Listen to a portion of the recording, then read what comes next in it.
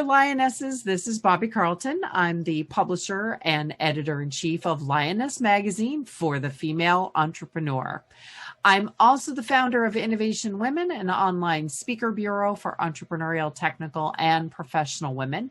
And today we are here talking to Lauren Washington. She is the co-founder of Black Women Talk Tech and Fundr. Thank you so much, Lauren, for joining us here today. Thank you so much for having me. I'm really excited to be here. So I want to dive into Fundr so badly. And this is really all about democratizing the startup funding process, doing away with those biases that really inhabit the process of getting funding, but also just delivering better results for everybody, founder and funder. So that's a big job. Can you tell us a little bit about it? It is absolutely a big job. It's a huge undertaking, but I'm so passionate about this area, having been an entrepreneur and investor for many years, and just seeing not only the funding gap that has yet to be addressed, I think in a really impactful way, but also the access and ability and efficiency side of fundraising. So what we're doing essentially is having these companies come through, they take an evaluation on 90 different pieces of data. We then look at them all in quantitative measures, and then we can take those measures and put them into a score. And that score allows us to see if they're able to raise on the platform and how much they're able to raise. And then we take those companies and put them in a portfolio. So sort of like a 401k or ETF of these different vetted startups. And then we have the investors really diversify their money across that entire portfolio all up front. And then we take care of standardized term sheets. We have automated fund transfers. We do monthly tracking of the companies. So we're truly trying to create an efficient process that removes bias from start to finish to the long-term relationship and investment. That's incredible. Is anybody else doing anything like this? Sounds totally new. I think it's new. There are definitely companies who have started within the crowdfunding space. We are not actually a crowdfunding platform. We pull from the power of crowdfunding and that idea, but we're not technically a crowdfunding platform. So I think this is that next evolution of that, where we are allowing for efficiency, we're allowing for scale within investment in a way that hasn't happened before. And I think particularly adding in the AI piece, where we can use that to, for seasoned investors, help create a more efficient due diligence process, but then also for new investors, giving them some kind of support around their process or entry into it is completely new. Wow. So what's the impact for the founders? Mm-hmm. I think for founders, there's a few things. First, removing bias allows many more people to join the process. This industry is definitely built on warm introductions. It's built on who you know. It's built on access. And even if you get into the room, there are so many various biases that come into play, most of them unconscious. It's not purposeful, it's not intentional. We all have them.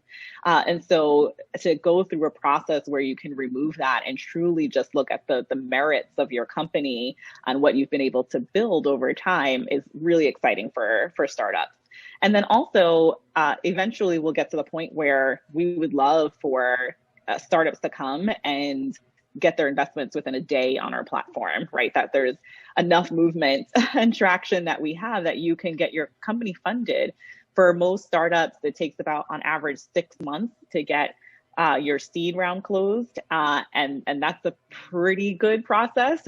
For many underrepresented founders, I've seen it take years.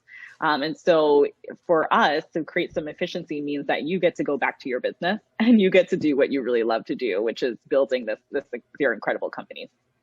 I have to ask, new processes and things like that. Are there things that you're doing as Fundr that are raising some eyebrows in the industry? Oh, for sure. Absolutely.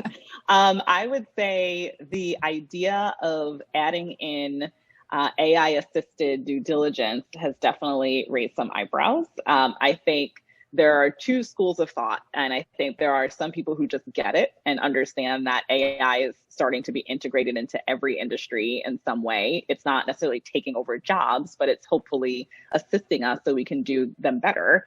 And then there's the other school of thought that says, absolutely, there's no way an algorithm can do what I do. Where it's like I have the magic touch and I know how to pick these startups, and whether it's for them or not, they just don't feel like there's any room for quantitative analysis.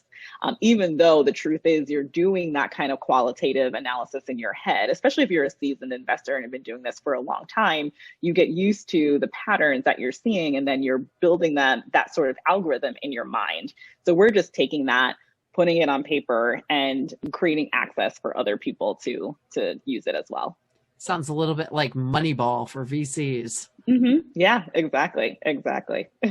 So are there things that you've learned that have surprised even you? Yeah, I think there were a few things. When we launched back in November, we really built this for angel investors. And then we found that all different types of investors actually joined the platform and were interested in using it. So we had VCs, we had family offices, we had angel groups. So really surprised at the interest level across the board, even though we built it for a specific customer. And then I would say as well, just the community aspect. So I don't think we realized that the current portfolio that we put out really saw themselves as a cohort. They really wanted to connect and bond with each other and sort of build this experience up, sort of like an accelerator or incubator. So we're now building in a number of tools to facilitate some of those conversations, not only with them, but with their investors as well. If you are looking at the stuff that you're learning from this, are there things that you've learned as part of this process that you wish you knew at the beginning of your career? Maybe a good time to actually tell us a little bit about that early career. Yeah, absolutely. So my career has been very varied and kind of all over the place. Once I graduated, I did Teach for America. So I was a special education teacher in Brooklyn, New York. And then I went back into what I studied in undergrad, which was marketing. So I did online marketing in the very early days of social media marketing at InStyle and TV Guide. Went back to business school at Northwestern, Kellogg School of Management. And then when I graduated, did a rotational program at Omnicom Group. So I was rotating through all of their different advertising and branding agencies, and then landed at an ad firm that allowed me to really build out a whole department on data analytics, which was very new at the time. And we, from that experience, I started my first company, which was Keep Up. And we automated social media listening. I ended up winning the 43 North competition up in Buffalo, New York. And that sort of kicked off my entrepreneurial experience. And from there, built Black Women Talk Tech, which has now grown to be the largest conference for Black women tech founders. We're really supporting each other and trying to grow the number of women who are creating scalable businesses. And that all led to Fundr. So it makes sense when you look back on it. When I was going through it, it may not have made sense. But I think one of the things I wish I had done was probably started entrepreneurship earlier. I think I put some barriers in place because I was worried about it and nervous. And some of it was, I think, the right call, making sure I had savings so that I could, run the test of time in the early stages of entrepreneurship. But I wish I had started earlier because it's going to be hard regardless of when you start. And I wish I had gotten a little bit of a head start on it. I mean, speaking of that head start, every entrepreneur is looking for a head start, a little inside knowledge. And I envision what you are collecting as this giant database of knowledge and data with an absolute embarrassment of riches. Are there lessons learned already that you can point to? And even if I'm not interested in running a company that gets funded, by the way, just for a side note for everybody listening, 0.5% gets venture money, right? I mean, of all the startups out there, very, very few companies are actually getting funded by venture capital. So, even though I might not be a company seeking VC money, are there things that I can learn from the information that you're collecting through Fundr? Absolutely. And I agree with you in terms of not every company is getting funding, nor should they be getting funding, right? I think thinking about the type of business that you really want to create, because once you bring venture into your business, the expectations shift and change, right? And not everyone wants those expectations. And not every business is built to take in a large amount of cash and provide a return. And that's totally fine. I don't think that there's any level of success that people who have venture-backed companies have that people who have small businesses or lifestyle businesses have either. I think they're all valuable to our economy.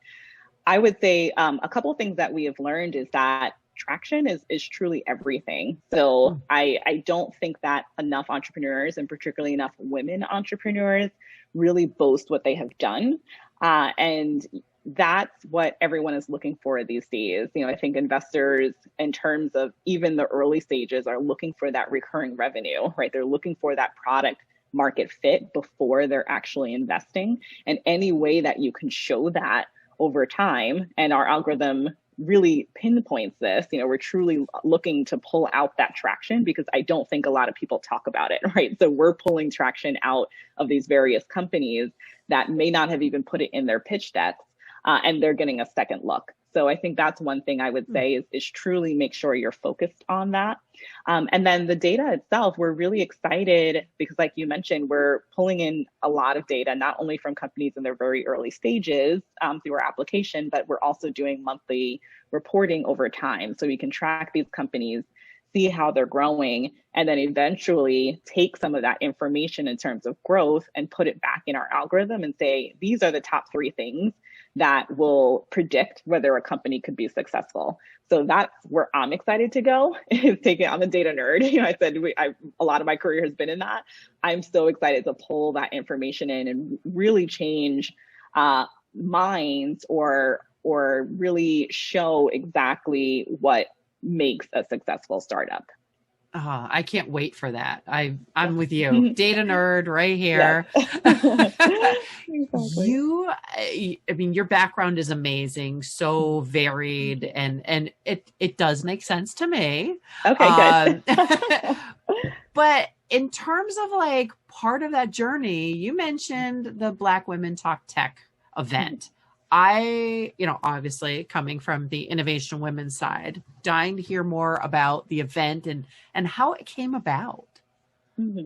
Well, that got started because after my first company, after we won the 43 North pitch competition, I really struggled to not only raise money, but to really have guidance in terms of what I was doing. I kind of was trying to figure it all out as I went along. And I ended up meeting these 2 women, Asos and Regina, who ended up becoming my co-founders.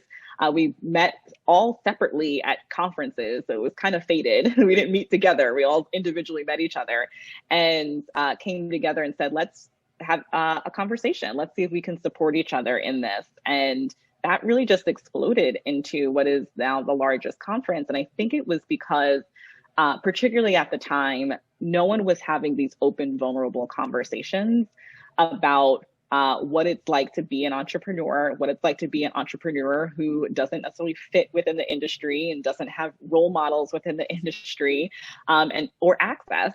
And I think we were truly trying to create a safe space to have these conversations so that we can all move each other forward. So I created Black Women Talk Tech, I always say, because I needed it, and it turned out a lot of other people needed it too. Yeah, there's a pattern to what you've created. These are mission-driven initiatives. So where does that come from for you personally? It's a good question. I've always been very mission-driven and impact-driven since I was a little girl. I remember being at soup kitchens when I was 7 or 8 years old. I've always had the social impact side of me that was very important. I never wanted to start a business that I didn't think made any kind of significant change for good in the world. And hopefully most people don't. But, I think that for me, that's a real driver. That I look at inequality and I try to find a way to fix it. Like that drives me every single day in various areas. But I think I truly found my passion in terms of entrepreneurship and creating equality in this space. That sounds great. And parents, brought you into those soup kitchens, something that set you on that path? Absolutely. Absolutely. And my parents also were entrepreneurs in their own right. My mom owned a spa for a few years on Staten Island where we grew up. And my dad had a side construction business and has real estate investments. And I truly saw not only the independence that brought them and financial freedom that brought them, but also the ability to just create something from nothing. I just thought that was so cool that you could just build something out of thin air. And now you have this lasting legacy that you've developed. And, for me, I think seeing that paired with the fact that they really encouraged me to give back in a social way definitely led to who I am today, for sure. That's great. I don't think sometimes we think about how we're impacting our kids in the things that we do, but years later we find out. Exactly. As we kind of come to a close today, maybe you can share some advice for our audience, women entrepreneurs in particular, in terms of, things you've learned throughout your career, but also maybe some of those data points from Fundr, getting them on the right path. Absolutely. So I would say things that I've learned, particularly as an entrepreneur, is firstly to take time for yourself. This whole idea of working to burnout and you're working 120 hours a week, every week, I don't subscribe to. I think that you are much more productive. And for me specifically, I find I have my aha moments when I'm not working, when I'm out doing things or I'm in a flow state, when I'm exercising, or those are the times when things come to me and I get solutions to stuff that I was probably stuck on. So that downtime is so important. Taking care of yourself is so important. I don't think that the entrepreneur world, particularly the tech startup world, emphasizes that enough. So I'll give you all permission to do it and encourage you to. And then I would say in terms of the numbers and building out your company, again, don't be afraid to toot your own horn. I've seen this so many times where women are afraid to promote themselves.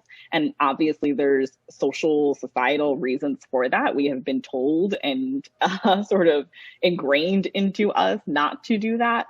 But in this industry, it's everything. You really have to promote yourself because who else is going to? So truly, it's okay to share your accomplishments. It's okay to boast a little bit and brag a little bit because that's what people are looking for in terms of building these investments. They're not going to know how great you are or great your company is unless you tell them. So I would say those are probably my two big pieces of advice. Great advice. In terms of giving back, what can we get for you? Who are you looking to connect with? That's a great question. Always looking to connect with founders and investors. We are two-sided platforms, so happy to take any of those conversations. You can find me on LinkedIn. It takes me a while sometimes to answer those messages, but I will get to them. But yeah, I think that is absolutely what we're looking for. Anyone in the entrepreneur investing space. All right. So they go to Fundr. What do they do when they get there? Yeah, absolutely. You can go to fundr.ai, fundr.ai. You can send a note through our email, or you can just reach out to me directly on my LinkedIn. Great. Thank you so much. And again, folks, we've been talking today to Lauren Washington. She is one of the founders of Fundr. I'm not going to screw that up, I swear. So thank you so much, Lauren. Thank you so much for having me. I really enjoyed it.